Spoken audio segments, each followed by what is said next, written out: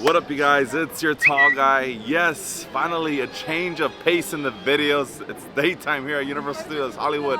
It's the final week for Halloween Horror Nights, so look, we got to get back to our regular scheduled programming for getting our updates. Speaking of which, we're going to be going in the park, scoping out that Fast and Furious updates. We've been lagging it. We need to catch the coaster testing. But besides that, let's go see if any of the Horror Nights merchandise is finally on sale, because we've been waiting and itching. Let's just go inside the park, have some fun, and just see what else is going on. So if you haven't done so already, don't forget to drop your tall guy a like, comment down below, subscribe if you haven't already. Let's get to it. We're so back. Now we're talking. Good morning. Go get him. Have a great day. You have fun. Thank you so much. Now we're talking. My morning has officially begun at Universal. real quick, let's scope out if any merchandise, if any, is half off or something in the store, in the park. As of Monday, nothing is on sale yet. Final week of HHN, I'm kind of surprised. Usually they would have big signs up around this time saying 50% off, 30, 40 if that. I do know Take Two and City Walk has some stuff on sale, but as far as things go in the park, nothing. Everything is normal price still. But I do gotta say, everything, literally everything is in stock. Even the Terrifier sunglasses, even the iconic shirt. All sizes all the way up to, from what it looks like, oh, you know what, just XL on those. But everything's on stock, even all the FNAF stuff. Except the bomber jacket from what I don't see. I can for sure tell you though, there are no security badges on sale for Five Nights at Freddy's. Just the pins, the patches, the Chica wallet. That's just about it. Everything else is still good. The t-shirt is still here. I mean, that's cool. As far as what sizes goes up to, all of the sizes 3X from what I just saw. Here we are walking up to the facade for Fast and Furious Hollywood Drift. The mural is done. We got construction crew working on the entrance side, which is right over here.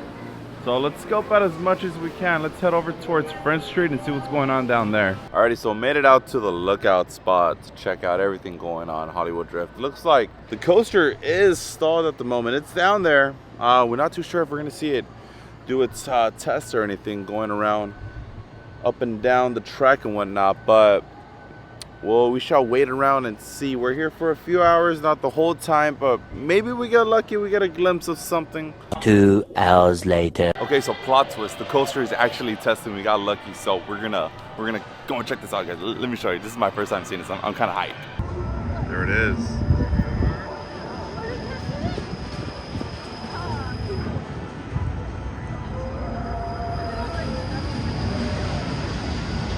Whoa.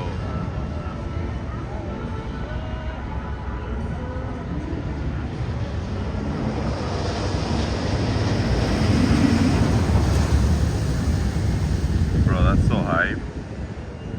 Oh, that is so sweet.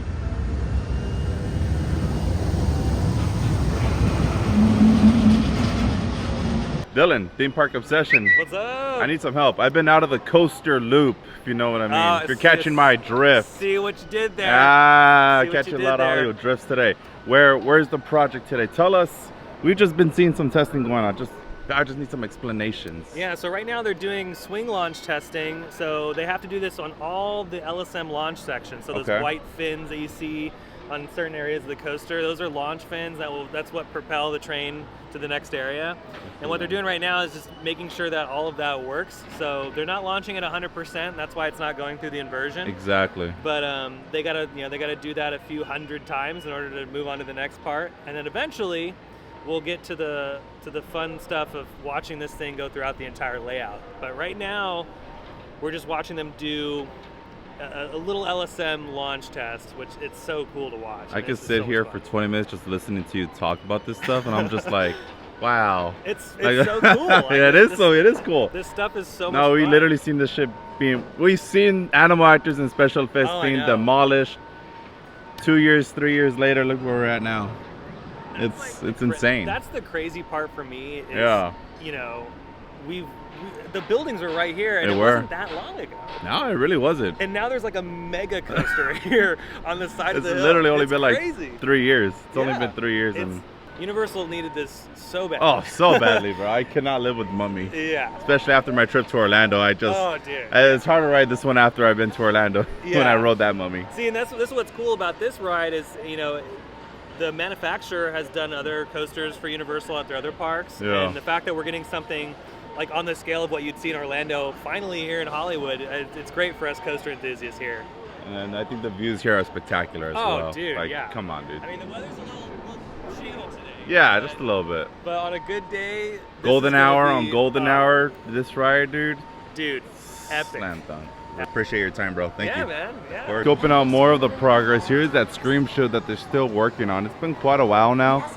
Actually, since throughout the Horror Nights season that this thing has been constructed, built, put together, but no shield as of yet. We have a skeleton of the shield, but this thing is massive. And what I'm kind of sad about, I really hope that there's not too many Scream shields throughout the ride, because I love my views on roller coasters. I mean, yeah, we'll get plenty of other views, but you know, I don't want the nice reviews to be obstructed. You know, going over the San Fernando Valley, that's really cool. Should be expecting another Scream shield right over here. I don't believe it's going to be connecting on that one. This is going to be its own separate thing. So it's kind of funny how Universal kind of predicts or just kind of knows where people are going to be screaming their lungs out throughout this coaster.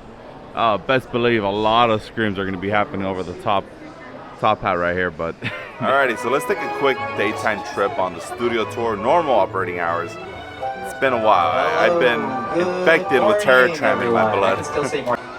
We have that on the back lot of the tour too. It's been refurbished for our 60th anniversary.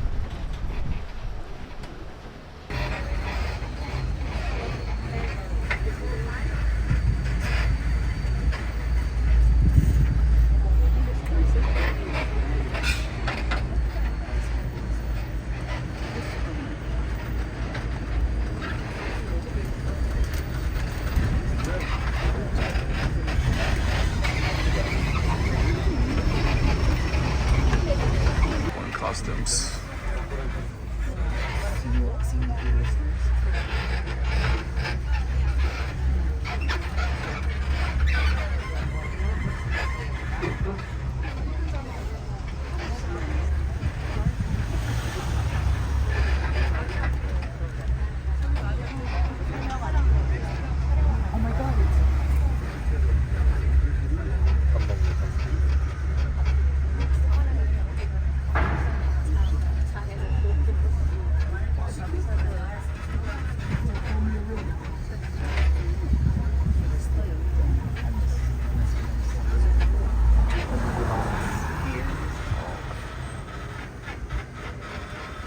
Studio tour. So that's a perfect example of productions and the tours coexisting. So we work with them, they work with us. So very, very cool. Now you're probably wondering what that's for. I can't tell you. There's bait in there. Let's see if he takes the bait. There, guys. Whoa, look at that. He just cut the whole dock.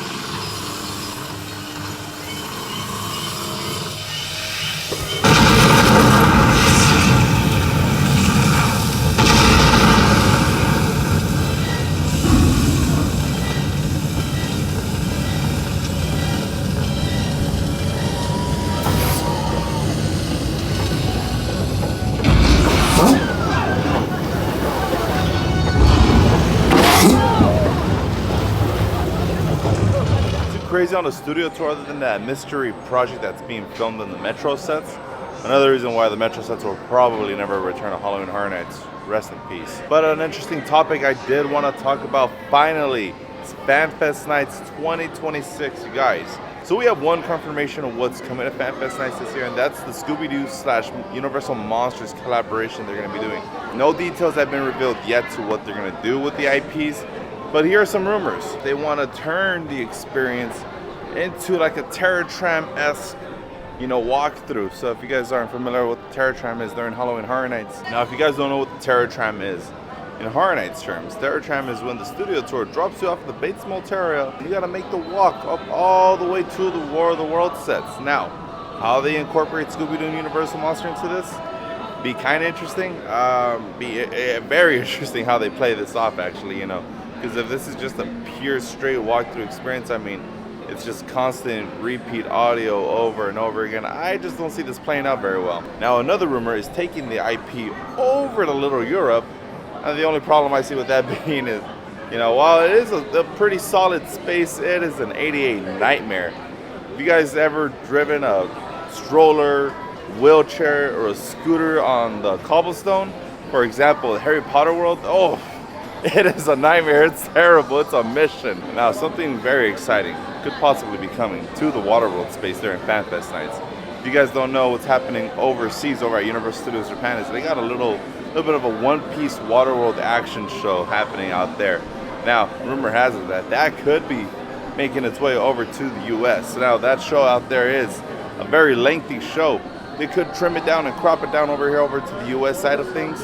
But a Waterworld one-piece show, ooh, what a way to utilize that space, man. So, if that does come true, best believe sold-out shows every time for One Piece, because, man, those characters were awesome to meet last year, and they had lengthy wait times to meet. Now, while this is the second year FanFest Nights is returning, does this mean we're going to be seeing some repeats from last year? I mean, if there's anything that could possibly be repeated from last year, it's probably Dungeons and Dragons. I mean, now I don't know how much money they spent on the giant Xanathar, you know, animatronic figurine from Jem Henson's studio, but I could probably bet that Dungeons and Dragons could possibly be returning. I don't see Star Trek coming back, honestly, but I really do hope Back to the Future does make a return, man. It was, man, what a night. Destination Hill Valley was iconic to FanFest Nights, and I don't know, man, if the crowds in Hill Valley didn't speak for itself, I don't know why it shouldn't return, but I understand. Hill Valley, Destination Hill Valley was in the backlot, in the Metro sets. Not too sure how much it interfered with studios wanting to film close to that area or near that area, because you constantly had trams passing in and out of that space, but you know, if it does make a return, I'm going to be one happy camper, and I'm sure a lot of people are. Really want to know how you guys feel about FanFest Nights coming back this year. Are you excited for Scooby-Doo Universal Monsters? Is that like a really big selling point to y'all? Personally, I haven't bought the season pass or any tickets for FanFest Nights just yet. You can as of now, but you know, it just hasn't been a really big selling point to me. I know I'm a go, but I'm waiting for that special announcement. You know what I mean? Like, what's going to be the push for you guys to go to FanFest Nights this year? Will it be Back to the Future again? Any new properties or IPs you guys really want to see? I mean, possibilities could be endless. It's just a matter of acquiring certain IPs, but we'll just have to wait and see. That's going to do it for today's video, today's updates. Look, the updates aren't that crazy. I mean, Hollywood Drift is actually an update within itself, so we'll be coming out more throughout the year to catch more testing going on for the roller coaster. We're back on our normal sleep schedule. This is the last week for Horror Nights and just Halloween season in general, so a little bittersweet ending, right? But with that being said, guys, thank you all for watching. Thank you for following along. If you haven't done so already, don't forget to drop your toggle, like, comment down below, subscribe if you haven't already. Alright, we're back, baby. Go catch this tall guy at the next theme park. So we are out of here. Goodbye.